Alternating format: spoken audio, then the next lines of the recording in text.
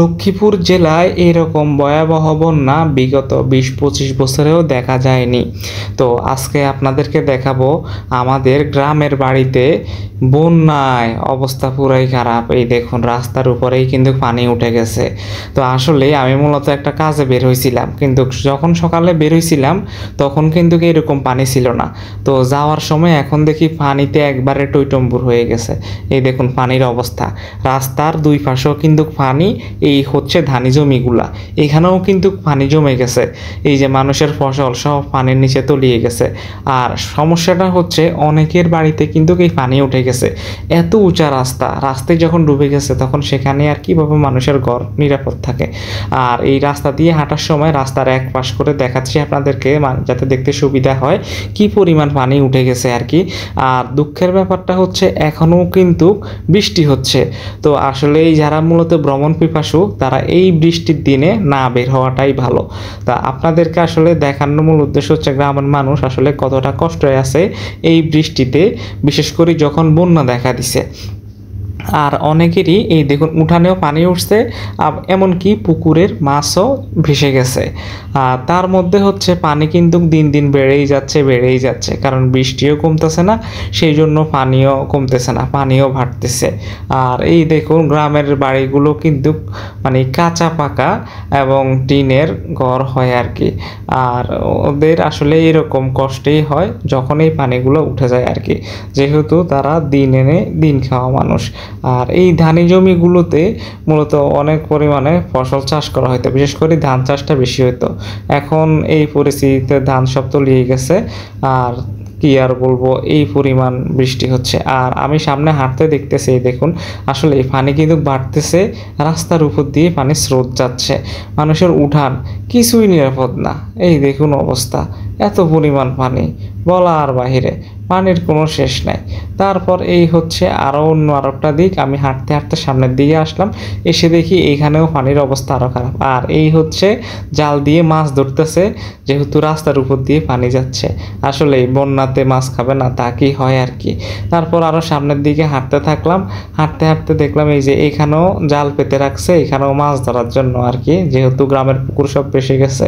তো আসলে এই সময় তাজা মাছও কিন্তু পাওয়া যায়, যদিও অনেকের পুকুর ভেসে যাচ্ছে। আসলে এটা অনেক দুঃখজনক, কিন্তু তারপরও যারা মাছ শিকার করে তারা আসলে এরকম সুযোগগুলো কাজে লাগায়। আর এই দেখুন এটা হচ্ছে বাড়ির অন্য আরেকটা পাশ, এই পাশে কিন্তু এই দেখুন মানে এখানেও ভেসে গেছে। আর এটা হচ্ছে আমাদের বাড়ির সামনে, এই দেখুন আমাদের বাড়ির সামনের উঠানেও কিন্তু পানি উঠে গেছে। আসলে এত পরিমাণ পানি উঠছে যে বলার বাহিরে, সুপারি বাগান, নারিকেল বাগান সব ডুবে গেছে। আর এই সামনে আমাদের একটা পুকুর, সেটাও ভেসে গেছে। এই দেখুন এটা হচ্ছে আমাদের বাড়ির উঠানের পাশ দিয়ে ছোট একটা পুকুর, এখন কিন্তু বোঝা যাচ্ছে না এটাকে যে পুকুর আর কি, কিন্তু এই পুকুরটাও ভেসে গেছে, মাছের সব চলে গেছে। আর কবে যে এই বন্যা নামবে বা বন্যার পানিগুলা নেমে যাবে আসলে তাও বলা যাচ্ছে না আর কি।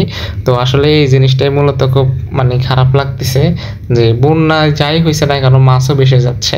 আর যদি তাও তাড়াতাড়ি পানিগুলা নেমে যেত তাহলে মানুষের অনেকটাই দুর্ভোগ কম হতো, কিন্তু দুঃখের বিষয় হচ্ছে পানিও কমতেছে না। আর এই দেখুন বাড়ির পিছনের দিক, এখানেও কিন্তু পানি, মানে যেই দিকে তাকাই সেই দিকে শুধু পানি আর পানি, পানি আর পানি, এত পরিমাণ পানি বাড়ছে। এই দেখুন সামনে দেখালাম তাও পানি, এই দিকেও পানি, মানে এত পরিমাণ বিগত 20 বছর 25 বছর এরকম বৃষ্টি হয় নাই। আর এরকমও হঠাৎ করে আসলে পানি জলাবদ্ধতা দেখা দেয় নাই। তো আসলে কার কার জেলা কেমন অবশ্যই কমেন্টসে জানাবেন। তবে আমাদের লক্ষ্মীপুর, নোয়াখালী, চাঁদপুর, ফেনী এবং কুমিল্লা এই কয়েকটা জেলায় বর্তমানে এখন বন্যার পরিস্থিতি অনেকটাই খারাপ। তো সবাই একটু সাবধানে চলাফেরা করবেন। আর বিশেষ করে শোনা যাচ্ছে রাতে নাকি আরও বৃষ্টি হবে, যার কারণে জিনিসটা আরও একটু দুশ্চিন্তার, যেহেতু বন্যা হয়েই গেছে।